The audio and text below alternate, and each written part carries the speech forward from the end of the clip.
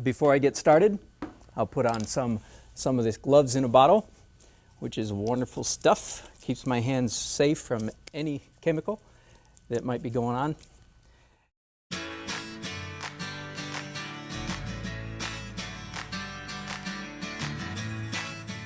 going to do a little bit of, have you noticed, by the way, that almost the entire time that I've been doing this painting, I've paid virtually no attention to what an artist calls local color. Now, I don't know why artists come up with these weird terms, but they do. Local color means real color. Like over here I have a little tote bag, a water tote, and it is red. If I were an artist and I were painting the top of this table, I would paint this with a local color, which is red. Does that make sense? If I'm doing a smiley face, a traditional smiley face is yellow. That's what we call realistic or local color. Have you noticed that I've paid almost no attention, really, until I did that green roof and these green bushes. I was paying almost no attention to what color things were in my scene. Please take the hint. Please take the hint. I remember when I was in about 6th grade, 12 years old, I had the distinct advantage of having a father who was a very good artist. And I remember one of my first oil paintings, age 12. And I painted the grass green, the trees green, sky blue, what else? The lake blue. And my father was very gentle. And he said, "Now, Danny," I think it was Danny back then, "you know, the grass is not really green. The trees are not really green. The sky is not really blue," etc. And he managed to do it gently enough that I didn't feel crushed. I felt a little bit embarrassed because as soon as he said it, it's like reality. I went, "You're right. I've never made that mistake again." And some of you, if you're not experienced artists, you need to replace the icons of your childhood. Oh boy, how far do I want to get into this theme, into this subject? I want to get into it this far. Hang in there with me just for a minute. How our brain develops.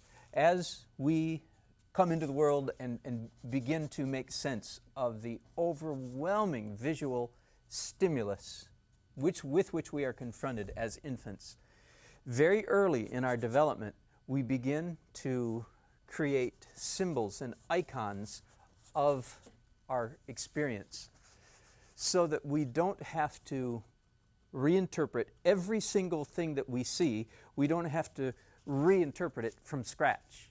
We'd be way too busy. No, our brain does something like we're walking down the street and we see a light post and our brain goes, "Light post."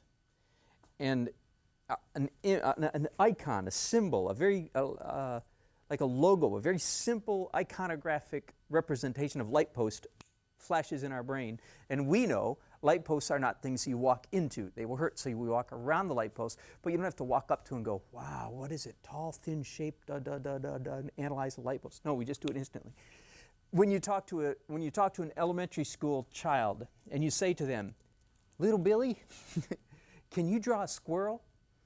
If Billy tries to draw a squirrel, what he will be drawing will be an iconographic simplification. That is a very stylized symbol out of his brain of what a squirrel looks like. Now, in all likelihood, little Billy, unless he's really a little burgeoning artist, he will not have an icon for a squirrel. So his squirrel won't look much like a squirrel at all to us.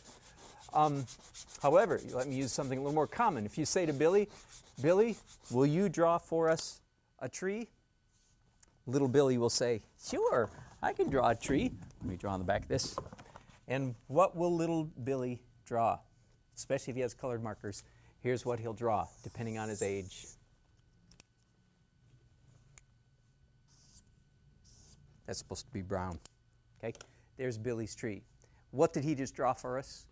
He drew the iconographic symbol in his developing brain of what is a tree. You recognize that, don't you?